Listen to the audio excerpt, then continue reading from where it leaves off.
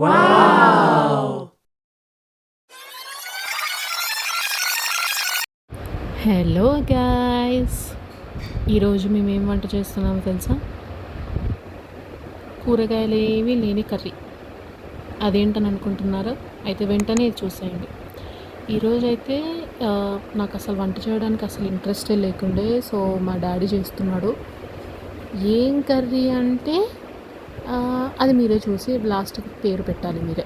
ఎందుకంటే ఎంత ఆలోచించినా ఏం పేరు పెట్టాలో నాకు అర్థం కావట్లేదు. So let's get ready. So ముందుగా అయితే ఇక్కడ స్టవ్ మీద ఆల్రెడీ ప్యాన్ పెట్టేసుకొని ఆయిల్ పోసేసుకొని ఆవాలు, జీలకర్ర, పోపు దినుసులు అన్నీ వేసేసి కొంచెం బగారాకు కూడా వేసాడు మా డాడీ. సో అవన్నీ ఎగుతుంటుంటాయి. ఇక్కడ ఎగుతుండగానే ముందుగా కట్ చేసుకున్న ఆనియన్స్ అవన్నీ వేసేసుకొని కొంచెం సాల్ట్ వేసుకొని దాన్ని బాగా వేగేదాకా చేసుకోవాలి. ఎందుకంటే ఇక్కడ మెయిన్ ఇంగ్రీడియంటే ఆనియన్స్. సో అవి బాగా వేగాలన్నమాట. అప్పుడే మనకి టేస్ట్ చాలా బాగుంటుంది. ఎందుకంటే కేవలం చింతపండు అండ్ ఆనియన్స్తో మాత్రమే ఈ కర్రీ చేయబోతున్నాము. ఏ వెజిటేబుల్స్ వేయట్లేదు మనము. అండ్ టేస్ట్ మాత్రం మీరు నమ్మరు కానీ చాలా బాగుంది టేస్ట్. సో మీరు కూడా ఇది ట్రై చేయండి కంపల్సరీ. ఇక మా డాడీ అయితే కలుపుతూనే ఉన్నాడు.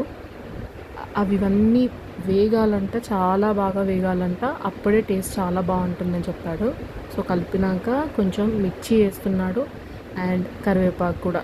చూసారా ఎంత డెకరేటివ్గా చేస్తున్నాడో, అంత బాగుంది టేస్ట్ కూడా. సో అవి కూడా అంట చాలా బాగా వేగాలంట. మళ్ళీ కలిపి అప్పుడు వెల్లుల్లి ఆల్రెడీ అల్లం వెల్లుల్లి దంచేసి అందులో వేస్తున్నాడు. మళ్ళీ కలుపుకొని చక్కగా అప్పుడు మనం కొద్దిసేపు మూత పెట్టేసి ఇందులో చూసారా పసుపు వేసాడు. నాకు చెప్పకుండానే వేసేసాడు పసుపు. తర్వాత అన్నీ మంచిగా కలుపుకొని మూత పెట్టాలి. అవన్నీ చాలా మంచిగా మగ్గాలన్నమాట. అప్పుడు మగ్గితేనే ఆ ఆనియన్స్ అనేది కొంచెం సాఫ్ట్గా అయిపోయేసి మనకి అది ఆనియన్స్ పచ్చితనం అంతా ఉండదన్నమాట. ఇప్పుడు జింజర్ గార్లిక్ కూడా వేసాం కదా, ఆ వాసన కూడా మనకి మంచి అరోమా లాగా వస్తుంది కొంచెం అది ఫ్రై అయితే. సో అప్పుడు మనం ఈ చింతపండు పులుసు కానీ వేసుకుంటే చాలా బాగుంటుంది. చూసారా ఎలా మగ్గిందో, అట్లా మగ్గాలన్నమాట. అది మొత్తం ఆ ఫ్లేవర్స్ అన్నీ తీసుకొని అప్పుడు చాలా బాగుంటుంది. సో ఇందులోనే కొంచెం కారం, ఇందులోనే కొంచెం ధనియాల పొడి అవన్నీ వేసుకొని మనం చక్కగా కలుపుకోవాలి. మళ్ళీ కారం అనేది మీకు ఎంత కావాలో అంత వేసుకోండి. మేమైతే కొంచెం కారం ఎక్కువ తింటాము, అందుకని మేము కొంచెం ఎక్కువగానే వేసుకున్నాము కారం కానీ ధనియాల పొడి కానీ. అండ్ ఇదంతా చక్కగా కలిపేసుకోవాలి మనము అప్పుడు. సో ఇది మొత్తం కలుపుకున్నాక చూసారా ఎంత బాగా దానికి పట్టిందో ఆనియన్స్కి ఆ కారం కానీ ఆ ధనియాల పొడి కానీ. మాకైతే ఆ ధనియాల పొడి వేయడంతో ఎంత మంచి స్మెల్ వచ్చిందో గైస్, అసలు చాలా బాగుంది. అండ్ ఇక్కడ చింతపండు పులుసు ముందే మేము నానబెట్టుకున్నాము. అంటే ఒక 20 minutes ఇవన్నీ కట్ చేసే లోపు అది నానిపోద్ది చక్కగా. అప్పుడు ఇవన్నీ మంచిగా మనకి మగ్గినాయి కదా, అందులో ఈ చింతపండు పులుసు వేసుకోవాలి మనం మొత్తం. అప్పుడు వేసుకొని మనకి ఎంత కావాలో అన్ని వాటర్ పోసుకొని అప్పుడు మనము కావాల్సిన ఉప్పు కూడా టేస్ట్ చేసేసి మూత పెట్టుకోవాలి. మళ్ళీ ఒక 5 minutes చింతపండు పులుసు చాలా మంచిగా మరిగాక మనకి ఇంకేమన్నా మీకు ఉప్పు కారం తగ్గింది అనుకుంటే కూడా వేసుకోండి. మేమైతే చాలా సింపుల్ ఇంగ్రీడియంట్స్ తోటి వేసుకున్నాము. అన్నట్టు మర్చిపోయాను, మేము మధ్యలో మిరియాలు కూడా వేసుకున్నాము.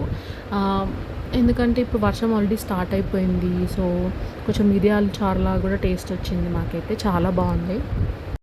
అండ్ ఇక్కడ మేము సరిపడంత వాటర్ అవన్నీ వేసి సెట్ చేస్తున్నాము. ఎందుకంటే మేము కొంచెం చెప్పాను కదా కొంచెం కారం ఎక్కువనే తింటామనేసి. సో ఇది అందరికీ నచ్చచ్చు నచ్చకపోవచ్చు తెలీదు. బట్ నాకే ఏమన్నా ఏం వెజిటేబుల్స్ లేవు, నాకు ఇది వద్దు అది వద్దు అంటే, సరే నా దగ్గర ఒక మంచి రెసిపీ ఉందిరా అని మా డాడీ స్టార్ట్ చేశాడు ఈ వంట. సో స్మెల్ అయితే చాలా బాగుంది గైస్. అండ్ ఇది తెలంగాణ వాళ్ళకి ముందే తెలిసి ఉంటుంది ఉల్లిగడ్డ పులుసు అనేసి, అంత చాలా బాగుంది. అండ్ ఇక్కడ మేము ఒకసారి దాన్ని మంచిగా మగ్గనిచ్చాక మూత తీసి మళ్ళీ కలుపుతున్నాడు. ఇక చూసారా మొత్తం ఆయిల్ అంతా పైకి తేలిపోయింది. పైకంతా తేలిపోయినాక మేము పైనుంచి కొత్తిమీర అవన్నీ వేసేసి మేము గార్నిష్ చేస్తున్నాము. అండ్ టేస్ట్ గైస్ మీరు నమ్మరు కానీ చాలా అంటే చాలా బాగుంది.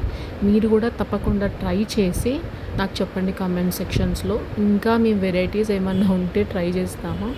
And thank you so much guys.